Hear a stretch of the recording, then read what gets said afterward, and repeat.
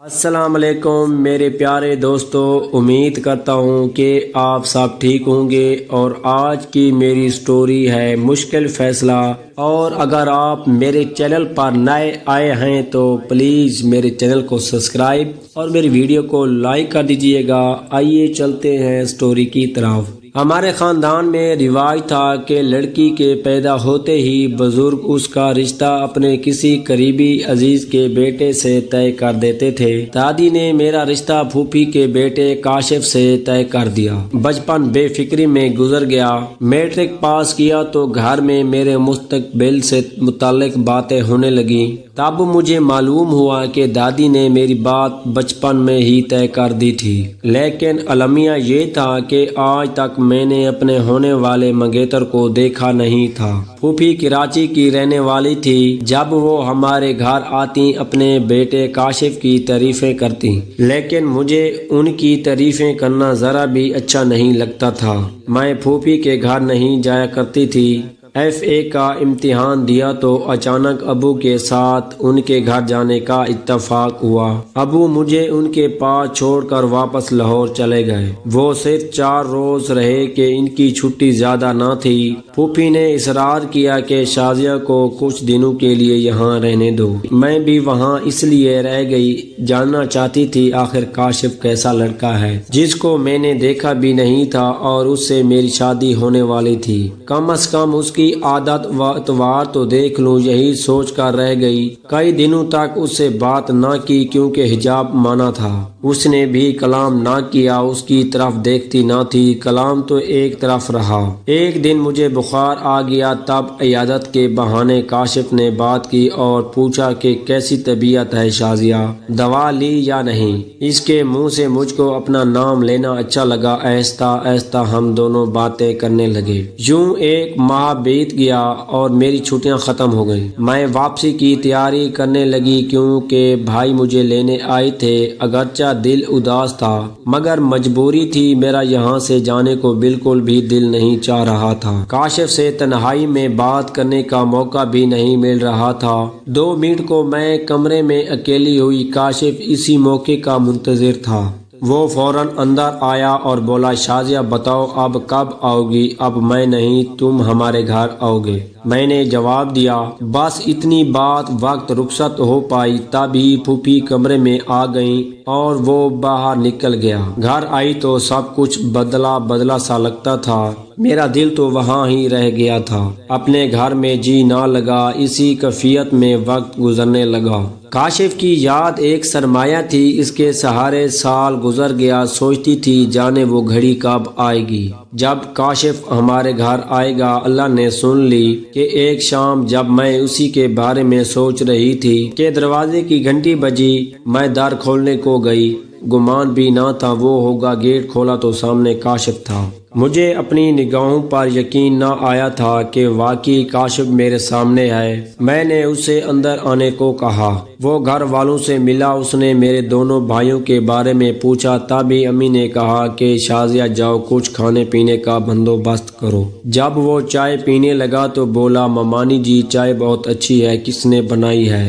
امی بولی، شازیہ نے بنائی ہے۔ تب اس نے ستائش بھری نظروں سے میری طرف دیکھا اور میں شرم سے گلابی ہو گئی۔ کاشف زیادہ وقت میرے چھوٹے بھائی کے ساتھ گزارتا تھا کیونکہ عامر میٹرک کا امتحان دے کر فارغ ہو چکا تھا اور ابو کاروبار کے سلسلے میں باہر رہتے تھے۔ بڑے بھائی ڈاکٹر تھے، وہ صبح ہسپتال چلے جاتے اور رات کو لوٹتے۔ ان کے پاس تو وقت ہی نہیں ہوتا۔ ایک دن امی شاپنگ کرنے بازار گئی ہوئی تھی۔ عامر بھیا اور کاشف کسی دوست سے ملنے چلے گئے۔ گھر میں ملازمہ اور میں رہ گئے۔ تھوڑی دیر بعد بھائی اور کاشف آ گئے۔ عامر نہانے چلا گیا۔ یہی وہ لمحات تھے جب ہم کو باتیں کرنے کا موقع مل گیا۔ میں نے ملازمہ کو کچن میں بھیج دیا۔ اس نے پوچھا شازیہ تم نے میرے بغیر اتنے دن کیسے گزارے؟ میں نے کہا جیسے خوشبو کے بغیر پھول۔ پھر اس کے بعد کاشف کی واپسی کی تیاری شروع ہو گئی، لیکن میرا دل نہ چاہتا تھا کہ وہ جائے۔ میں نے اصرار کیا کہ ابھی مت جاؤ، جانے دو تاکہ امی اور ابو کو تمہارا رشتہ لینے بھیج سکوں۔ اس نے جواب دیا۔ پھر اس کے جانے کے 1.5 ماہ بعد ہی پھوپھی رشتہ لے کر آ گئی۔ امی ابو تو راضی تھے ہی، فوراً ہماری منگنی کر دی گئی۔ منگنی اس قدر دھوم دھام سے ہوئی جیسے شادی ہو رہی ہو۔ ہم نے ایک دوسرے کو انگوٹھی پہنائی۔ اس کا کوئی بھائی نہ تھا، بس 3 بہنیں تھیں جو منگنی پر بہت خوش نظر آ رہی تھیں۔ خاصے کھاتے پیتے لوگ تھے، ان کی اپنی فیکٹری تھی جہاں کپڑا بنتا تھا۔ منگنی کے بعد کاشف سے میرا رابطہ فون پر رہنے لگا۔ ہم گھنٹوں باتیں کرتے۔ وہ ہمیشہ جتلاتا تھا کہ کبھی مجھ سے بے وفائی نہ کرے گا، کبھی دوسری شادی نہ کرے گا۔ کہتا کہ تم ہی میری کل کائنات ہو، میری زندگی کی سب سے بڑی خوشی ہو۔ وہ دن بھی آ گیا جب میں رخصت ہو کر ان کے گھر آ گئی۔ شادی کی پہلی رات ہم نے وہ تمام محبت کی چھوٹی چھوٹی باتیں یاد کی۔ 2 سال ہنسی خوشی پلک جھپکتے گزر گئے۔ پھر خدا نے مجھے چاند سا بیٹا دے دیا۔ اس لحاظ سے خوش قسمت تھی کہ ساس سسر بھی مجھے چاہتے تھے۔ وہ اپنے پوتے پر جان نثار کرتے تھے۔ ایک دن وہ بیٹی کے گھر ملنے راولپنڈی جا رہے تھے۔ راستے میں ایک ٹرک سے ان کی گاڑی کی ٹکر ہو گئی اور وہ موقع پر ہی اللہ کو پیارے ہو گئے۔ یہ خبر بہت خطرناک تھی۔ میرے پاؤں تلے زمین نکل گئی اور میں بے ہوش ہو گئی۔ وقت کے ساتھ ہر غم کا زخم مندمل ہو جاتا ہے۔ میں بھی رفتہ رفتہ سنبھلنے لگی، اس غم سے نکلنے لگی۔ کاشف مگر ابھی تک بہت زیادہ دل گرفتہ تھے۔ ماں اور باپ دونوں کا شفیق سایہ ایک ساتھ ان کے سر سے اٹھ گیا تھا۔ ان کا دکھ بہت گہرا تھا۔ دل بہلانے کو وہ کچھ دنوں کے لیے اپنے دوست کے پاس دبئی چلے گئے۔ کاشف پہلے بہت خوش گفتار اور ہنس مکھ ہوا کرتے تھے، اب سنجیدہ ہو گئے، بدلے بدلے سے لگتے۔ گھر بھی دیر سے آتے، کسی دن تو غائب ہو جاتے اور 2-3 روز تک نہ لوٹتے۔ میں کافی پریشان ہوتی تھی، پوچھتی تو کہتے کہ کاروبار کی مصروفیات رہتی ہیں۔ پہلے تو ابو سب سنبھالتے تھے، اب تمام ذمہ داریاں مجھے اکیلے پر آ پڑی ہیں۔ وقت دینا پڑے گا ورنہ فیکٹری کے امور کیسے چلا پاؤں گا، یہ ٹھوس دلائل تھے۔ میں خاموش ہو جاتی تھی۔ رفتہ رفتہ وہ گھر سے کٹنے لگے۔ مجھ سے دوری بڑھ گئی، ایک بیٹی ہو گئی، 2 بچوں کی مصروفیات نے مجھے خوب گھیر لیا۔ اب وہ کئی دن تک نہ آتے، مجھے پرواہ نہ ہوتی۔ میں اپنے بچوں میں مگن تھی، خبر نہ تھی کہ فیکٹری کے بہانے وہ اپنا نیا گھر بسائے ہوئے ہیں اور میری زندگی میں بھونچال آنے والا ہے۔ ایسا تو کبھی سوچا بھی نہ تھا کہ کاشف مجھ پر جان نچھاور کرتے تھے، میرے ساتھ بے وفائی بھی کر سکتے تھے۔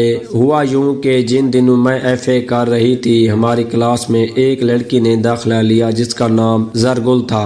یہ نہایت حسین لڑکی تھی اور شمالی علاقہ جات سے تعلق رکھتی تھی۔ اس کی سرخ سفید رنگت اور مثالی قد و کاٹ، سنہرے بال اور خوبصورت ستاروں جیسی دمکتی آنکھیں دیکھنے سے تعلق رکھتی تھیں۔ جو اسے دیکھتا دیکھتا رہ جاتا تھا۔ وہ پڑھائی میں کمزور تھی جبکہ میں شروع سے لائق طلبات میں شمار ہوتی تھی، لہذا کلاس کی پاپولر لڑکی تھی۔ ہماری لیکچرار پڑھائی میں کمزور کسی بھی لڑکی کو میرے پاس بٹھا دیتی اور کہتی شازیہ اس کی مدد کرو۔ ایسا ہی اب بھی ہوا۔ ٹیچر نے زرگل کو میرے پاس بٹھا دیا کیونکہ وہ فطرن اچھی لڑکی تھی۔ میری اس کے ساتھ دوستی ہو گئی۔ پڑھائی کے علاوہ ہم گھنٹوں باتیں کرتے، ساتھ کھاتے پیتے اور ہنسی مذاق کرتے۔ اگر یہ سٹوری آپ کو اچھی لگی ہو تو پلیز میرے چینل کو سبسکرائب اور میری ویڈیو کو لائک کر